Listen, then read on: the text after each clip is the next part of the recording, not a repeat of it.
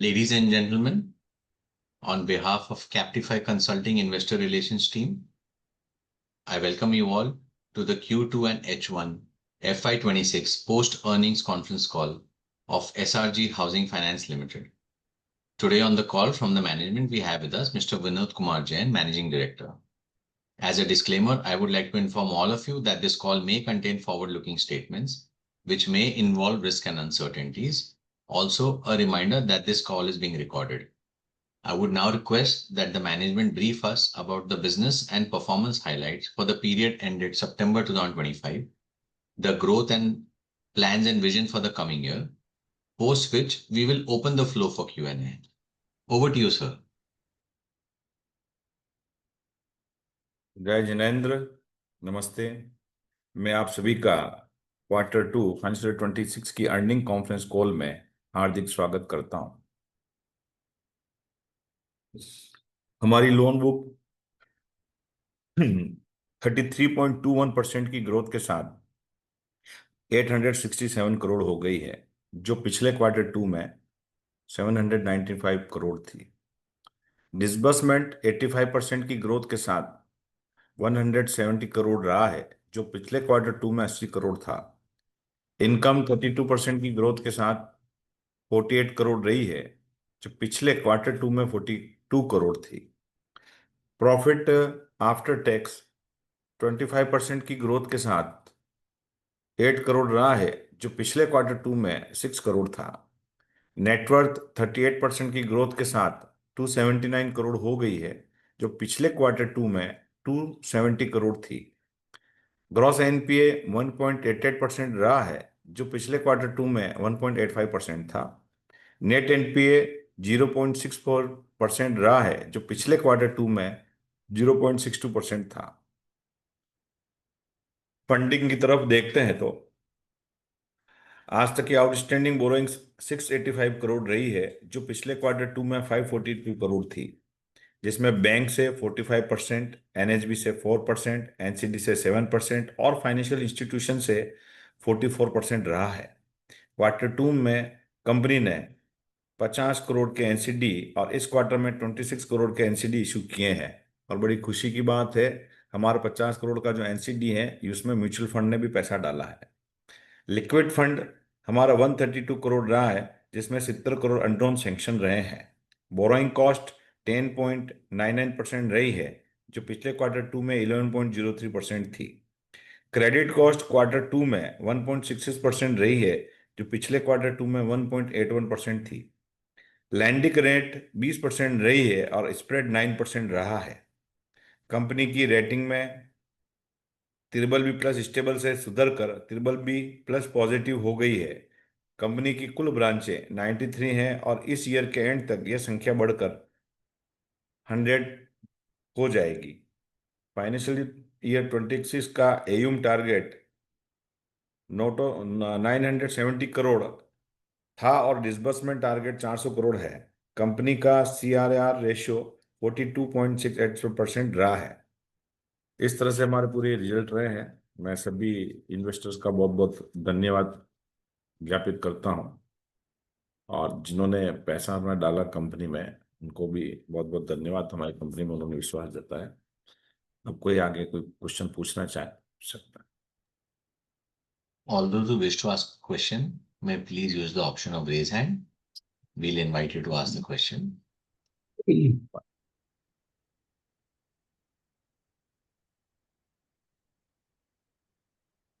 So थोड़ा सा जब तक क्वेश्चन क्यू असेंबल होता है, पिछले कई क्वार्टर्स में हम देख रहे थे हमारा कॉस्ट इनकम रेशियो हाई है एंड प्रॉफिट एक थ्रेशोल्ड क्रॉस नहीं कर पा रहा था। इस बार हमने काफी हाई थ्रेशोल्ड प्रॉफिट क्रॉस किया है 8 करोड़ के ऊपर। थोड़ा सा अगर इसके ऊपर आप इन्वेस्टर्स को बताएंगे कि आगे के लिए हमारा क्या विजन है, क्या ग्रोथ स्ट्रेटेजी है, and how will our NIMs and cost income ratio play out over the next 2-3 quarters. Actual में क्या है सर, जब अपन पिछले 2 साल से एक्सपांशन में थे, तो वहां पे अपना एक्सपेंसेस भी ज्यादा रहता था। जैसे जैसे बिजनेस बढ़ा और साल भर से जैसे पुरानी कम होने लगी, ठीक है ना, तो वहां पे बिजनेस भी बढ़ता और कॉस्टिंग भी धीरे धीरे कम होने लगी। और एक मेन पावर की जो था, वो मेन पावर भी जो हायर टीम होती है वो भी हमारी पूरी सेटल हो चुकी है। तो उससे अब धीरे धीरे डे बाई डे जो बिजनेस बढ़ रहा है तो आपकी कॉस्टिंग कम होती जाएगी। कमिटमेंट और ये चीजें हम इसलिए नहीं कर सकते हैं कि बिजनेस आपका कितना बड़ा और कॉस्टिंग कितनी कम आएगी, लेकिन हाँ अब ये इसके ऊपर नहीं जाएगा, ये डे बाई डे कम होता जाएगा। अगले क्वार्टरों में भी आपको उसको नीचे जाता जाएगा। हमारा कॉस्ट टू इनकम आ गया, देखते हैं तो भी 2-3% कम करके अपना 62% के आसपास हम कर सकते हैं, कम आएगा। पीबीटी है और 22% के आसपास में। नीम जो है वो हाउसिंग लोन है, और एनएचबी में आप देखो जितनी टाइटनेस किया है उससे नीम भी अपना थोड़ा सा कम है, अभी 9% के आसपास अपना नीम आ रहा है ना। Next. We'll take the first question from Ankit Kanoya. And Ankit, you can go ahead, please. Hmm. Thank you sir. Sir आपका रिजल्ट तो काफ़ी अच्छा लगा मुझे ऐसे इन जनरल देख के। एंड सर खाली आपसे एक सिंपल चीज़ ये समझनी थी कि हमने I think recently fund raise किया था। हम्म। एंड अगर आप आने वाले 2-3 साल की बात करें तो आपको क्या लग रहा है कि कोई और फंड रेज अपनी कोई ज़रूरत पड़ेगी, कि आपको लगता है कि जो हमारे ग्रोथ के एम्बिशंस है उसके हिसाब से हमें और फंड रेज की ज़रूरत ना पड़े? एक्चुअल में क्या है सर, फाइनेंस कंपनी में आपको तो देखना होगा जैसे जैसे अपनी लोन बुक बढ़ती है और चीजें बढ़ता है, एवं बढ़ता है, तो अपना भी एक रेशियो है जिसमें एनएचबी पर अपने को दे रखा है कि भाई 12 टाइम तक आप लिवरेज कर सकते हो, लेकिन बैंक जो है वो लिवरेज में 5% से ऊपर नहीं जाती है। 3-4% के आसपास आती है तब अपने को इक्विटी की जरूरत रहती है। अभी हमारा जो इक्विटी बढ़ा है तो हमको नहीं लगता कोई 1500 करोड़ की जो एयूम है, 1500-2000 करोड़ तक हमको कोई जरूरत पड़ेगी। लेकिन जब जब भी जरूरत पड़ेगी तो अपने को इक्विटी तो लेना ही पड़ेगा। हाँ, मतलब 1500 से 2000 करोड़ के एयूएम तक आपको लग रहा है कि आपको नए फंड रेज की जरूरत हाँ, नहीं नहीं, पड़ेगी? फंड फंड रेस तो तभी ही करेंगे जब अपने को जरूरत है। तो सर ये इसी से एक और क्वेश्चन था रिलेटेड, हम्म। कि जब फंड रेज आपने जैसा बोला ना कि जब जरूरत है तब करेंगे, लेकिन जी। इसमें एक और बात ये भी होती है कि कभी कभार आपको जब जरूरत पड़े और उस समय ओवरऑल स्टॉक मार्केट अच्छा नहीं हो और आपके शेयर के भाव अगर गिरे हुए रहे, जी। तो क्या आप उस समय भी लोगे, या कभी अगर ऐसा रहा कि मार्केट अच्छा रहे और आपका शेयर का भाव बहुत अच्छा रहे तो आप एडवांस में भी, मतलब थोड़े पहले भी ले लो फंड रेज, गिवन द, मतलब जैसे सर इसको बोलते हैं एक्चुअल ना में क्या आज। होता है ना, इक्विटी को अगर हमने समय से पहले डिल्यूट कर लिया हम्म। तो कंपनी चलाने में दिक्कत होती है। अपना फोकस शेयर मार्केट की रेट पे नहीं है कि अपने को इक्विटी कब डिल्यूट करनी है, कब अपने को फंड की आवश्यकता है, उसके अनुसार करेंगे। ठीक है, शेयर मार्केट तो कम ज्यादा चलता रहता है, और उसके हम्म। हिसाब से कंपनी में अपन वो नहीं देख सकते हैं कि भाई अभी रेट अच्छा है तो आप ज्यादा डिल्यूट कर दो। वो नहीं, कंपनी को कब जरूरत है, कंपनी रहेगी, ठीक है, तो अपना शेयर मार्केट रहेगा, चीजें रहेगी। तो हमारा फोकस शेयर मार्केट पे नहीं है, हमारा फोकस है जब फंड जरूरत पड़ेगी तभी हम लेंगे। ठीक है सर, बहुत अच्छे से समझ में आ गया आपका क्या व्यू है। सर रेगुलेटरी साइड से कुछ बताना चाहेंगे कि आपको क्या लगता है कि आने वाले 2-3 साल, जैसे इन जनरल जो हम लोग बाकी एनबीएफसी से सुन रहे हैं और जी। उनके कॉल्स अटेंड करते हैं, तो एक जनरल सेंस ये मिलता है अपने को कि रेगुलेटर कहीं ना कहीं कोशिश कर रहा है या इंडिकेशन दे रहा है कि वो एनबीएफसी को प्रोत्साहन दे रहा है। आप भी इस पे सहमत हो कि आपकी कोई दूसरी व्यू है इस पे? देखो ऐसा है ना सर कि आपका इंडिया में जब का आपका इतना डेवलपमेंट और विकास हो रहा है, तो आपके पास में जो पाइपलाइन है वो तो एनबीएफसी है। ठीक है, जितना बैंक्स का पोर्टफोलियो है उससे ज्यादा आज की तारीख में एनबीएफसी और एचएफसी का मिला के है। तो आप उसको साइडलाइन तो कर नहीं सकते हो। तो यही है कि हर अपने को, हर मेंबर, हर आदमी के पास में पहुंचने के लिए ये वर्टिकल तो हमेशा चलता ही रहेगा। जब तक देश चलेगा तब तक ये चीजें चलेगी। तो सो इससे, एनबीएफसी का मार्केट बहुत बड़ा है। हाँ सो इससे रिलेटेड मार्केट तो बहुत बड़ा है सर, बट इससे रिलेटेड मुझे एक चीज़ जो समझ में नहीं आती है कि मुझे लगता है इंडिया में एक ये प्रॉब्लम भी है कि मार्केट जब बहुत बड़ा है और गवर्नमेंट की जब या रेगुलेटर की टेलविंड रेगुलेटरी टेलविंड आती है, तो बहुत सारे प्लेयर्स भी आ जाते हैं मार्केट में। तो आपको क्या लगता है उससे हमारे काम करने के तरीके में कुछ चेंज आता है, या आपको लगता है कि मार्केट इतना बड़ा है कि कोई टेंशन नहीं है, कुछ लोग और भी आ जाए तो कोई फर्क नहीं पड़ता? सर मार्केट भी सब लोग इंडिया में अभी तक 3 से 4% लोग बाग ही इनकम टैक्स रिटर्न भरते हैं रेगुलर। ठीक है ना, उनके लिए बैंक्स वगैरह, बड़ी बैंक्स वगैरह हैं, 96% तो अभी भी बाकी हैं। अगर 2 4 5% भी अगर हो तो इतनी की इतनी फाइनेंस कंपनियां और इतनी इतना और अपने को बैंक की जरूरत है। तो अगर मैं आपसे, सर लास्ट क्वेश्चन है ये मेरा सवाल, फिर मैं जी। और नहीं पूछूंगा, कि अगर आपसे मैं पूछूं कि आपके हिसाब से आने वाले 1.5 2 साल के अंदर में हमारी कंपनी के लिए आपको कौन से एक रिस्क सबसे बड़ी लगती है, जो आपको लगता है कि मुझे आप ध्यान रखोगे और उसके लिए प्रिपेयर करोगे rather देन एनीथिंग एल्स, तो वो क्या रिस्क होगी आपके हिसाब से? सर फाइनेंस में एक ही चीज है, आपको डिसिप्लिन से चलना चाहिए। शॉर्टकट नहीं मारना चाहिए। जैसे आपने क्वेश्चन पूछा था कि अगर मान लो रेट आपकी अच्छा रहा, मार्केट रेट अच्छा रहेगा, तब आप क्या करोगे। तो यही है कि जब अपनी कंपनी को इक्विटी की जरूरत है तभी अपने को फंड रेज करना चाहिए। ठीक है ना, मार्केट अलग चीज होती है और कंपनी को चलाना अलग हो जाता है, यही डिसिप्लिन होती है। हमारी कंपनी में हम जो भी सिस्टम बना रखे हैं हम उसे ही चीजें चलते हैं। ठीक है, हाउसिंग फाइनेंस कंपनी है तो हम लॉन्ग टर्म ही पैसा लेते हैं, शॉर्ट टर्म नहीं लेते हैं, तो हमने नहीं लिया। बुलेट पेमेंट वाला काम नहीं करते हैं तो हम नहीं करते, ये हमारा डिसिप्लिन है। अगर डिसिप्लिन में चलेंगे तो लंबे समय तक हम चलते रहेंगे, दिक्कत नहीं आएगी। सर सॉरी, एक last question, thank you so much, आपने बहुत अच्छे से आंसर दिया। बैलेंस ट्रांसफर का क्या स्टेटस है हमारे केस में, और हमको कैसा लग रहा है आने वाले 1 2 साल में? बस ये last question. Sir balance transfer इस इंडस्ट्रीज का सबसे बेस्ट प्रैक्टिस है, जिसको अपन गलत मानते हैं। जिस आदमी को कम रेट में पैसा मिलेगा आपका बैलेंस ट्रांसफर होगा ही होगा। ठीक है ना, तो आज मान लो हमारा यहाँ पे है तो हमारे यहाँ से 10 12% बैलेंस ट्रांसफर होता है, तो हमारे यहाँ पे 20% करीब आज भी बैलेंस ट्रांसफर दूसरी जगह से आता है। तो ये तो कंटिन्यू चलता ही रहेगा, जहाँ कम रेट में होगा बैलेंस ट्रांसफर होगा, नए क्लाइंट आएंगे नहीं जाएंगे, प्रोसेस है। Thank you so much sir, बहुत अच्छे से आपने समझाया, और all the best thank for you, the thank future. You, thank Thank you, Ankit. We'll take the next question from the line of Rohita Shavda. Mr. Rohita, you can unmute and go ahead, please. Hello sir. You. Hello hello sir, नमस्ते। Sir मेरा question sir disbursement को लेकर था, कि जैसे इस बार अपन ने 116 करोड़ का डिसबर्समेंट किया है Q2 में, तो जी, Q3 और Q4 के लिए क्या गाइडेंस है सर अपनी? इससे ज्यादा करेंगे विकास भी। सर मतलब कुछ नंबर से बताना चाहे तो। हमारा दोनों क्वार्टर में मिला के हमारा 150 150 करोड़ के आसपास का हमारा टारगेट है। ठीक है ना, फिर जितना हो जाए इतना है हमारा। जिस तरह से अभी जो लग रहा है, हम दोनों क्वार्टर में 150 150 के आसपास करेंगे। और सर मतलब सर ये 1500 करोड़ का एईएम सर कब तक रीच कर सकते हैं सर अपन? ये 28 में कर लेंगे मन। सर मतलब लगभग 870 करोड़ के आसपास तो अभी हो चुका है, और सर 3 साल लग जाएंगे सर 1500 करोड़ करने में। नहीं नहीं, 3 साल क्यों लगेंगे। आपका अभी 25 26 चल रहा है, 26 27, 1 साल। तो 1 साल और आप 27 28 में आ जाएंगे, दूसरे साल में आ जाएंगे, 3 साल कहाँ लगेंगे। तो सर मतलब क्या एक्सपेक्टेड रहेगा सर अपनी ग्रोथ मतलब सर? ग्रोथ तो भी स्टार्ट हुई है। ठीक है ना, इस ये मार्च तक के रिजल्ट के अपन को आगे चीजें विजन अपना क्लियर हो जाएगा कितना और होगा। और सर लोन मिक्स अपन यही मेंटेन करेंगे, हाउसिंग लोन और लैप में सर? हाँ, ये तो एनएचबी की गाइडलाइन है, तो अपने को उसी तरह से मेंटेन करना पड़ेगा। 70-30 सर? हाँ, 70 30 है।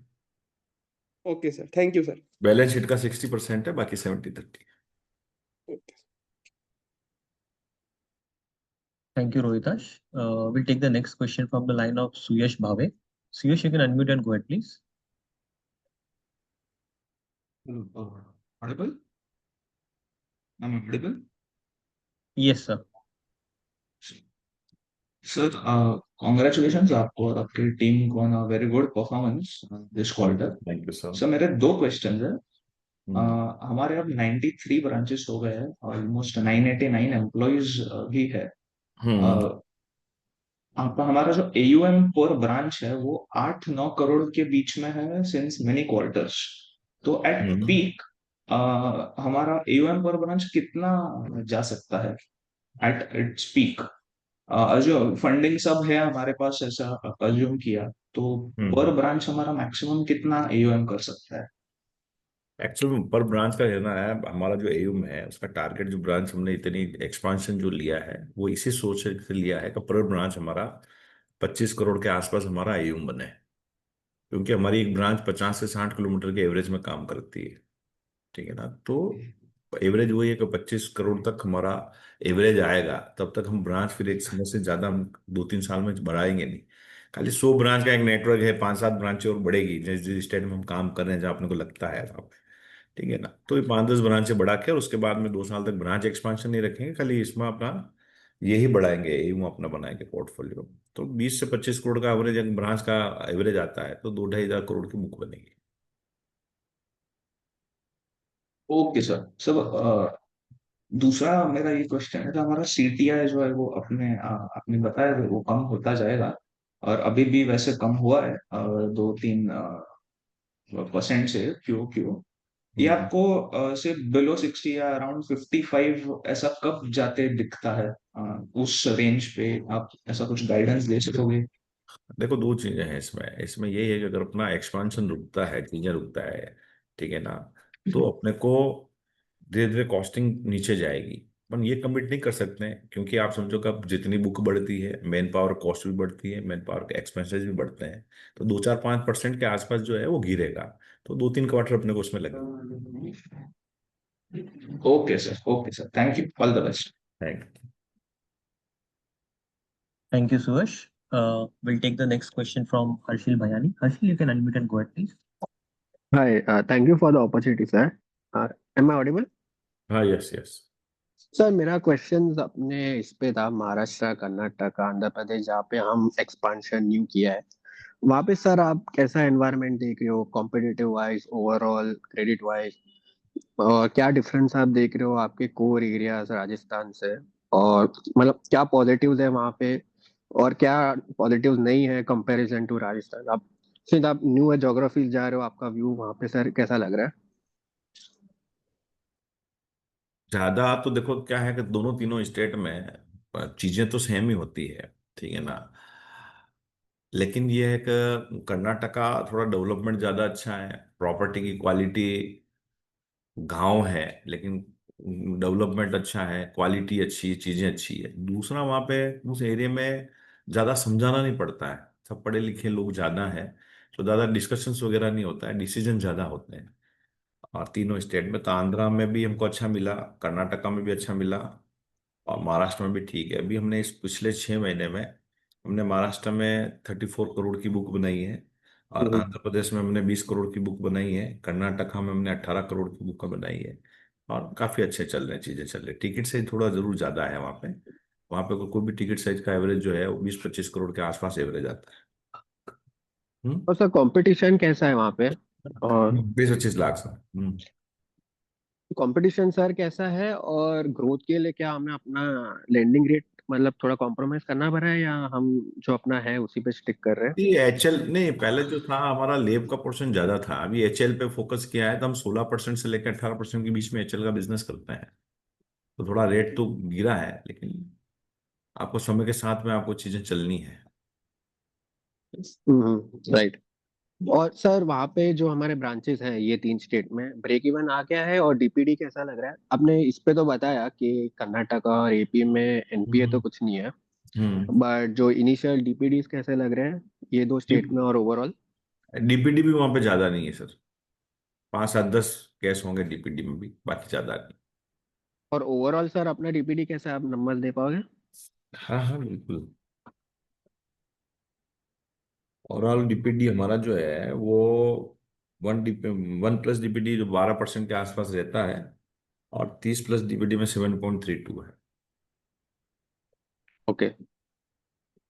Okay sir. और ये जो सर अपना जो डिजिटल प्लेटफॉर्म है सर्जन, हम्म। वहां से आप कुछ इंसाइट दे पाओगे, how is it helping us, and कितने परसेंटेज तो न्यू है वो ऐप से ही आ रहे हैं एंड ऑफलाइन नहीं है, कस्टमर एक्विजिशन?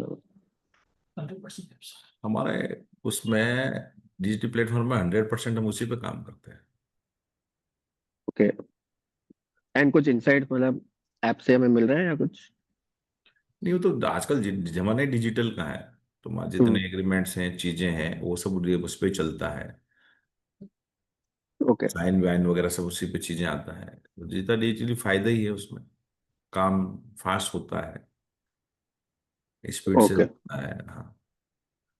और जो सर हमारा यील्ड जो कम हुआ है एट 9 पॉइंट सम %, जो पहले हम 11 पे होते थे, दैट हम्म। इज बिकॉज के जो हम जो ये गाइडलाइन आई है of 30% lap and 70% housing loan, उसकी वजह से हुआ है। हाँ वही तो है रीजन, वही रीजन है। तो और पहले जो रेट का हम भी फर्क पड़ता है ना, हाउसिंग लोन में रेट थोड़ी कम मिलती है, लैब में रेट ज्यादा मिलती है। अगर पोर्शन उसका कम कर देंगे तो फिर हम्म आपके पास हाउसिंग लोन ज्यादा हो जाएगा, तो रेट का डिफरेंस आता है। लेकिन ठीक है ना, अपने पास में ब्रांच सेटअप हो गया, ब्रांच की एयूम बढ़ेगा, ब्रांच की पोर्टफोलियो बढ़ेगा, चीजें बढ़ेगा, तो कम हम्म। रेट होते हुए भी अपना प्रॉफिट अच्छा रहेगा, कॉस्टिंग भी कम आएगी। तो सर हम जो लेंडिंग रेट कम कर रहे हैं उस हाँ, प्रोपोर्शन पे, सिंस जो रेपो रेट भी अगर कम हो रहा है, तो अपना बोरिंग रेट उस प्रोपोर्शन में कम हो रहा है या कैसे हो रहा है? इसी वजह से और अपना कॉस्टिंग रेटिंग कम भी है। सर अच्छा हो गया है अभी तो, BBB+। देखो दोनों तीनों चीजें साथ में चलती है, कि पहले रेपो रेट ज्यादा थी, कुछ रेपो रेट का बेनिफिट हुआ, कुछ कॉस्टिंग का बेनिफिट हुआ, कुछ रेट का इसमें डाला, तो ऐसा पूरा कॉम्बो है, ये पूरा कॉम्बिनेशन है, उसी से रेट नीचे आती है। तो यील्ड आप सर वे फॉरवर्ड आप कैसे देख रहे हो? 9 पॉइंट मतलब सिंगल डिजिट देख रहे हो या डबल डिजिट? ये तो सिंगल डिजिट ही 9 के आसपास ही। तो ओके, मतलब 9.5+ या 9+? वही 9 नो 9.5 एक ही बात है, 9 के आसपास ही रहेगी इसमें। और ये भी डबल डिजिट है, ये अपना 6 महीने 9.67 है अभी अपना, ये 9.5 के आसपास ही रहेगा। Okay okay sir, thank you sir, thank you for answering all the question, thank thank you. You.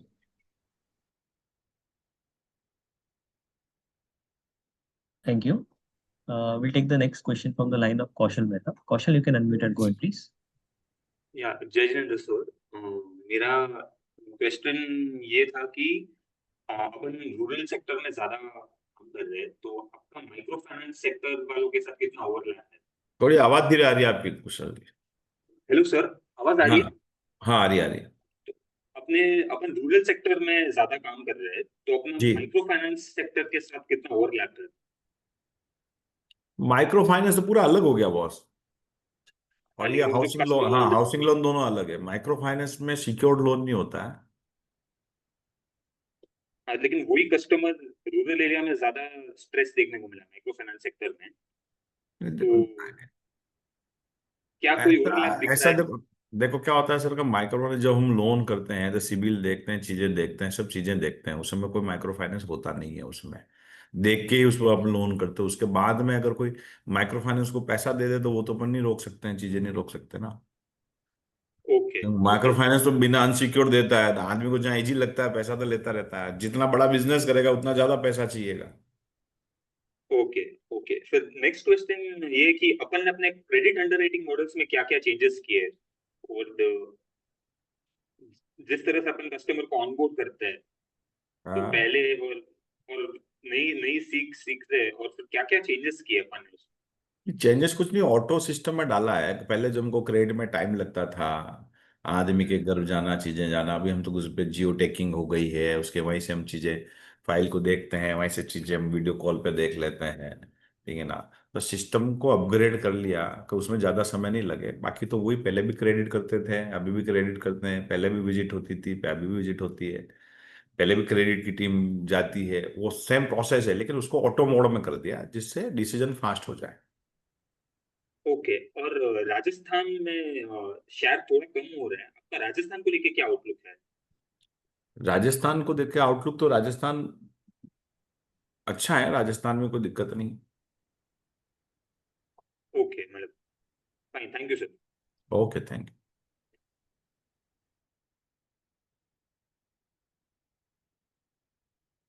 Thank you. We'll take the next question from the line of Mr. Aditya. Aditya, you can unmute and go ahead, please.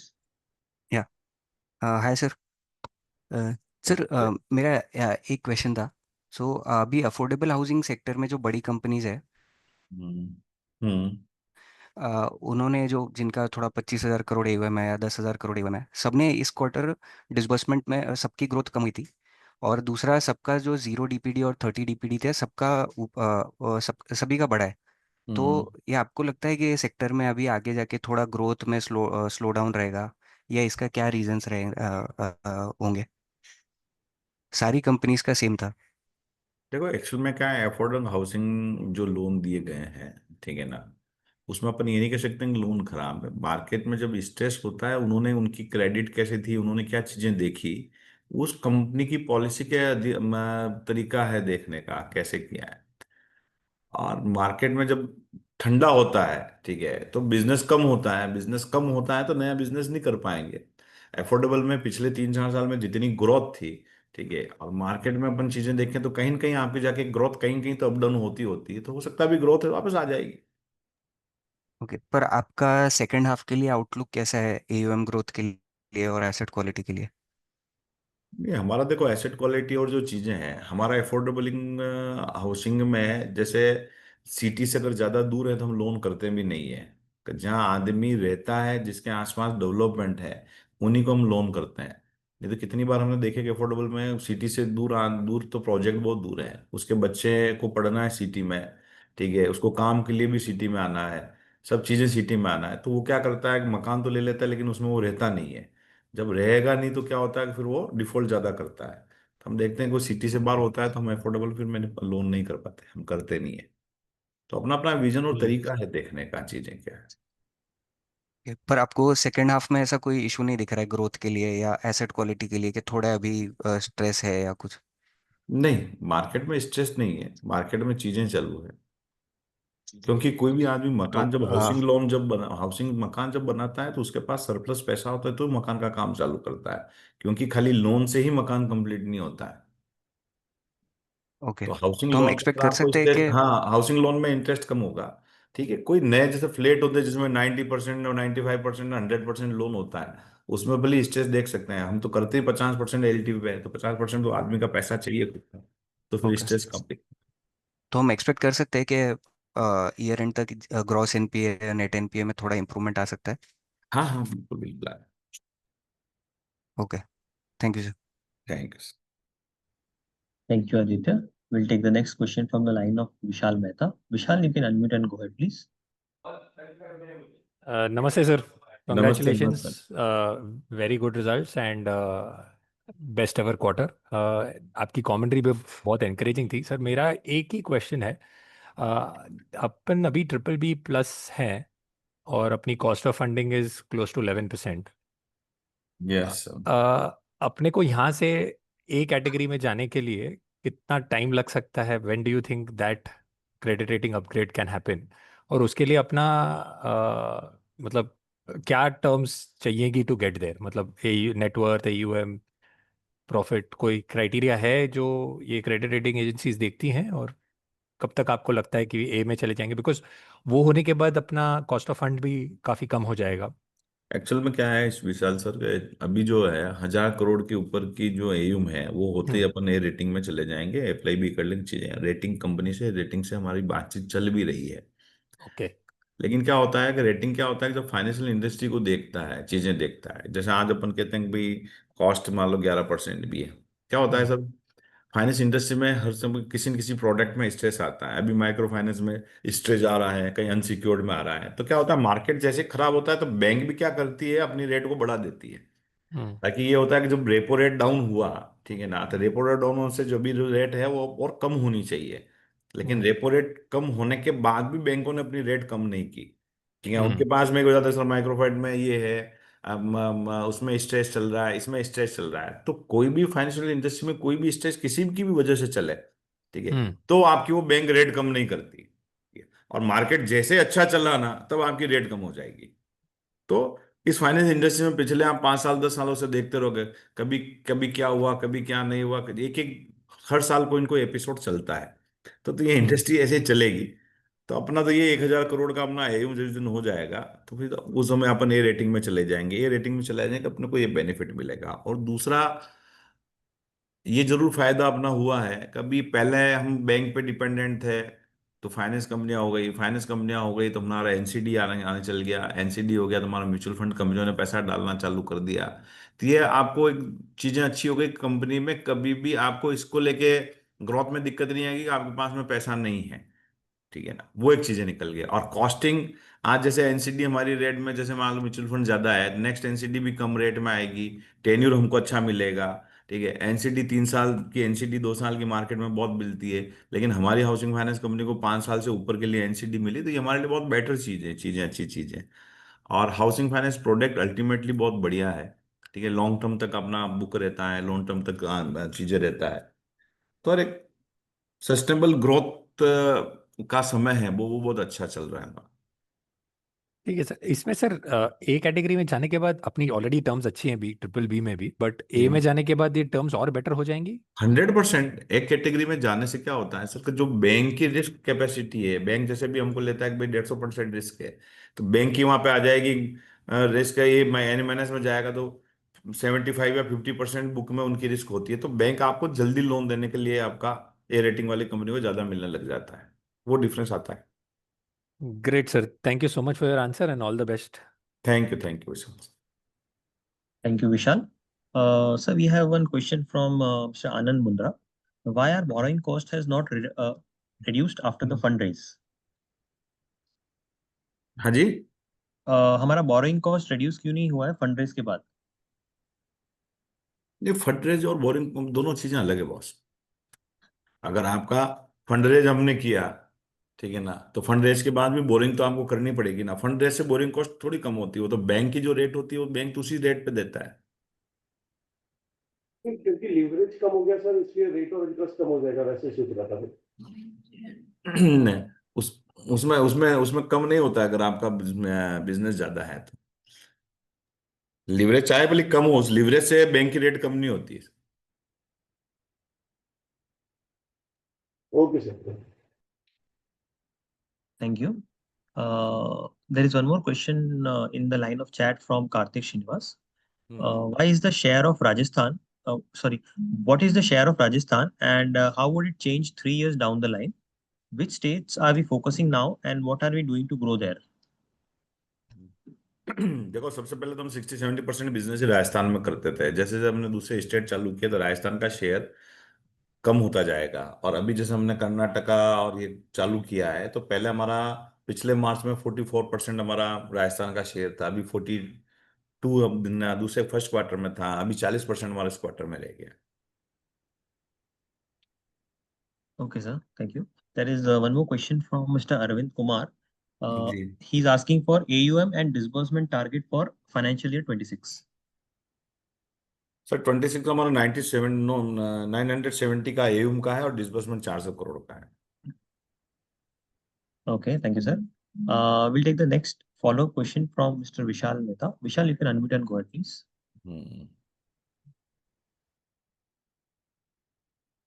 Sorry, I don't have any follow-ups. Thanks. जी जी।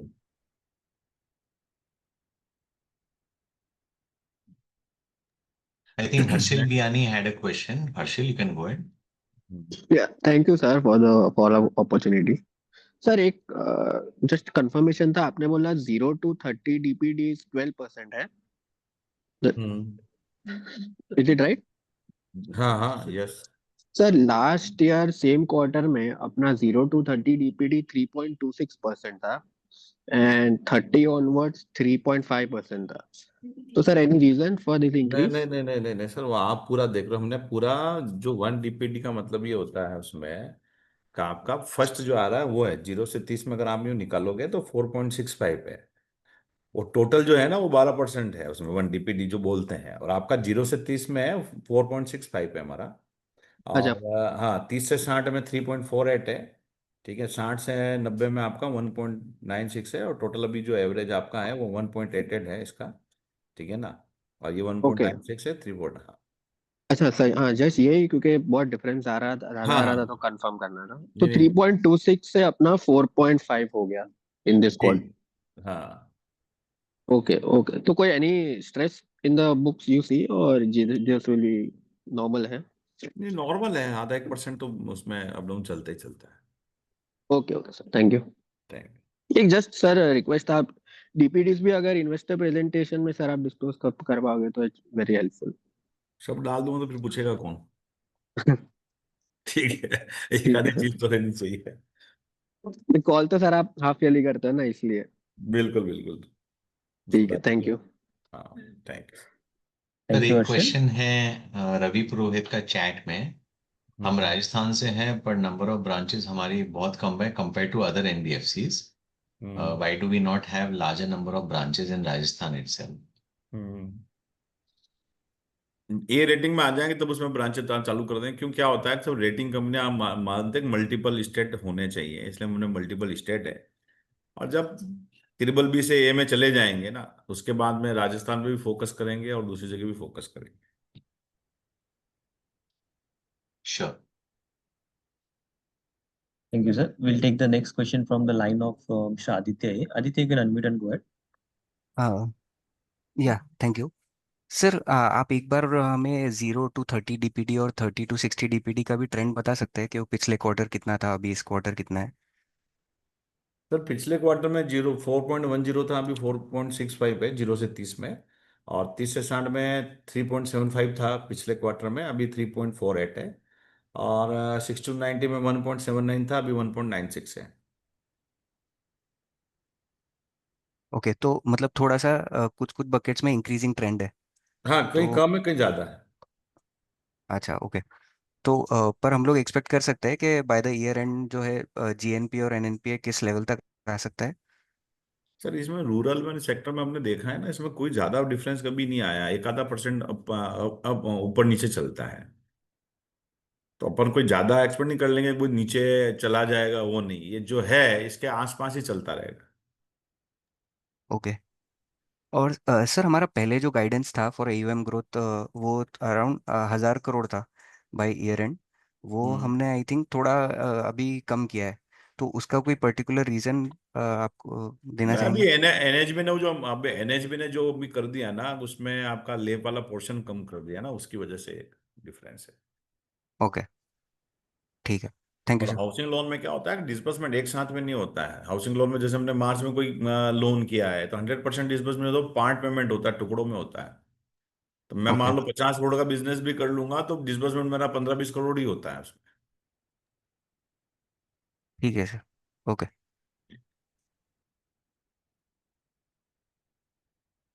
Anyone who wishes to ask a question may use the option of raise hand or may post the question in the chat box.